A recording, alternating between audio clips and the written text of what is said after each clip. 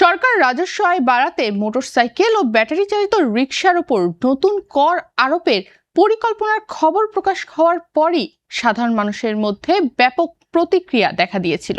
বিশেষ করে তরুণ বাইকার ও নিম্ন আয়ের অটোরিকশা চালকদের মধ্যে এ নিয়ে অসন্তোষ তৈরি হয়েছিল। 17 কোটি 17.5 কোটি দেশে আমরা 23 লক্ষ করদাতা দ্বারা সরকার চলবে না, সুতরাং করদাতার সংখ্যা বাড়াতে হবে। এখন আমি জানি না, বাট আমার ধারণা যে তারা ভাবছে যে মোটর বাইক এবং এই সমস্ত যাদের ইনকাম, এটা ট্যাক্সেবল ইনকাম আছে ওদের। মোটর বাইকের উপরে না, এটা হচ্ছে তাদের ট্যাক্সেবল ইনকামের উপরে।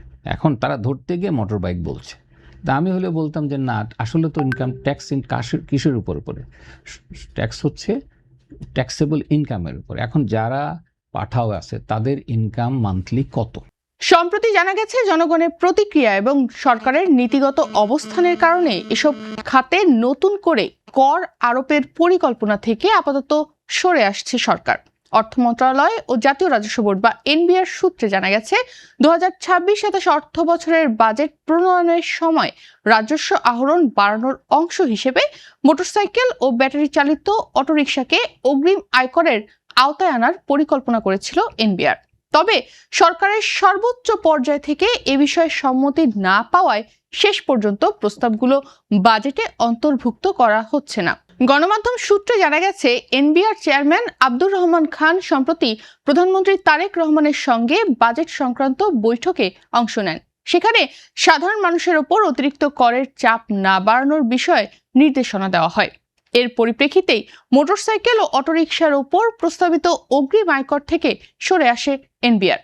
প্রাথমিক পরিকল্পনা অনুযায়ী ব্যাটারি চালিত অটোরিকশাকে প্রথমবারের মতো অগ্রিম আয়করের আওতায় আনার চিন্তা করা হয়েছিল। গ্রাম ও শহর ভেদে প্রতি অটোরিকশার জন্য বছরে 1,000 থেকে 5,000 টাকা পর্যন্ত কর নির্ধারণের পরিকল্পনা ছিল।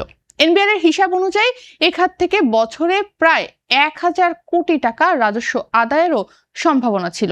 একইভাবে মোটরসাইকেলের ক্ষেত্রেও ইঞ্জিনের ক্ষমতা অনুযায়ী অগ্রিম আয়কর আরোপের প্রস্তাব করা হয়েছিল।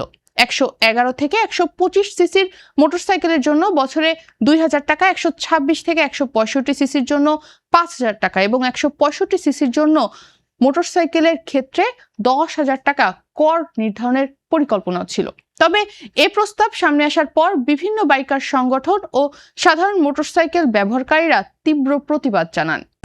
এভাবেই কোটি কোটি মানুষের ঘরে দেশ জুড়ে ফ্রিজ একটাই, ওয়ালটন। রাজধানীতে এনবিআর এর সামনে মানববন্ধনও অনুষ্ঠিত হয়। তরুণ বাইকারদের অংশগ্রহণে এই আন্দোলন ব্যাপক আলোচনার জন্ম দেয়। শেষ পর্যন্ত জনমতের বিষয়টি বিবেচনায় নিয়ে সরকারের সিদ্ধান্ত থেকে সরে আসে।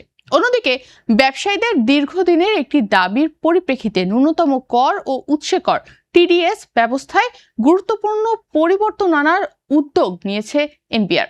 বর্তমানে অনেক ক্ষেত্রে উৎসে কাটা কর প্রকৃত কর আদায়ের চেয়ে বেশি হলেও তার সমন্বয় বা ফেরত পাওয়ার সুযোগ নেই। ফলে কম মুনাফার ব্যবসা প্রতিষ্ঠানগুলো অতিরিক্ত করের চাপের মুখে পড়ে। নতুন ব্যবস্থায় উৎসে কাটা কর আর চূড়ান্ত ন্যূনতম কর হিসেবে আটকে থাকবে না। অর্থবছর শেষে প্রকৃত কর দায়ের সঙ্গে তার সমন্বয় করার সুযোগ পাবেন করদাতারা।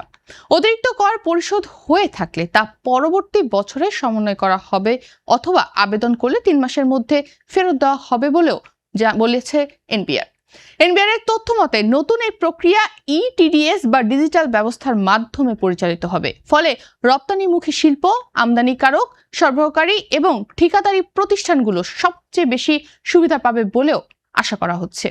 এদিকে রাজস্ব আহরণ বাড়ানোর অংশ হিসেবে বিত্তশালী ব্যক্তিদের ওপর সম্পদ কর আরোপের পরিকল্পনাও করেছিল এনবিআর।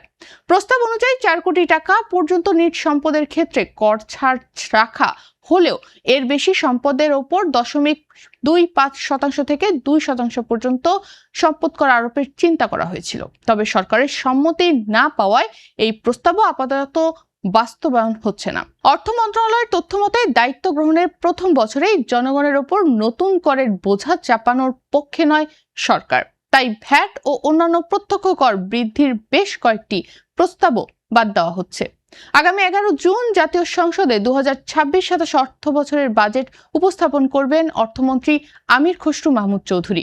নতুন অর্থ বছরের বাজেটের আকার প্রায় 9,30,000 কোটি টাকা হতে পারে, যা চলতি অর্থ বছরের 7,90,000 কোটি টাকার বাজেটের তুলনায় প্রায় 1,40,000 কোটি টাকার বেশি। এই বিশাল বাজেটের অর্থায়নের জন্য আগামী অর্থ বছরে এনবিআর এর রাজস্ব আদায়ের লক্ষ্যমাত্রা ধরা হতে পারে 6,04,000 কোটি টাকা।